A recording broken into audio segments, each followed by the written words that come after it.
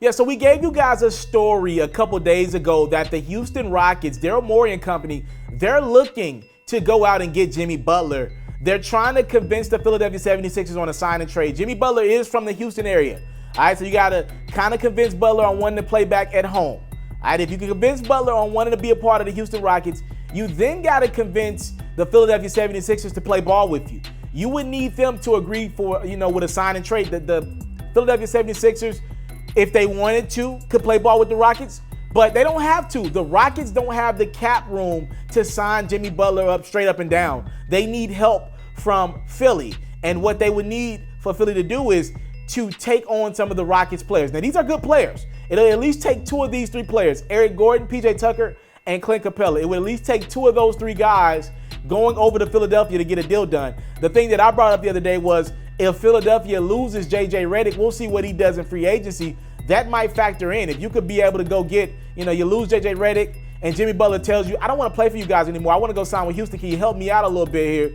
And then maybe you could get Eric Gordon and PJ Tucker for Jimmy Butler, a sign and trade, work it out financially. Here's what we do know. The Rockets have been relentlessly trying to trade Eric Gordon and Clint Capela's contracts over the last 24 hours. PJ Tucker, not as much.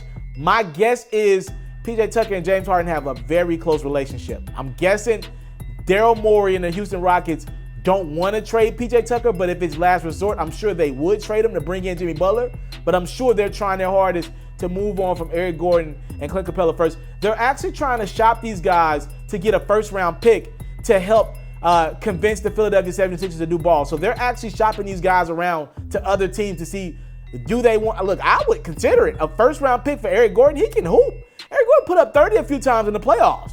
Clint Capela, I wouldn't really want that contract. But if I can go get Eric Gordon for a first-round pick on the number that he's at, not a big number, I would consider it, That's where the Rockets are at right now. They're trying their hardest to go get another first-round pick or two and, get rid of a little bit of cap room to convince the Philadelphia 76ers on doing a sign and trade with them. And I think the way you convince the Philadelphia 76ers on doing a sign and trade is either you give them Eric Gordon and you also don't try to overdo it with Clint Capela. The Philadelphia 76ers have no use for Clint Capela. They got their big man in Embiid.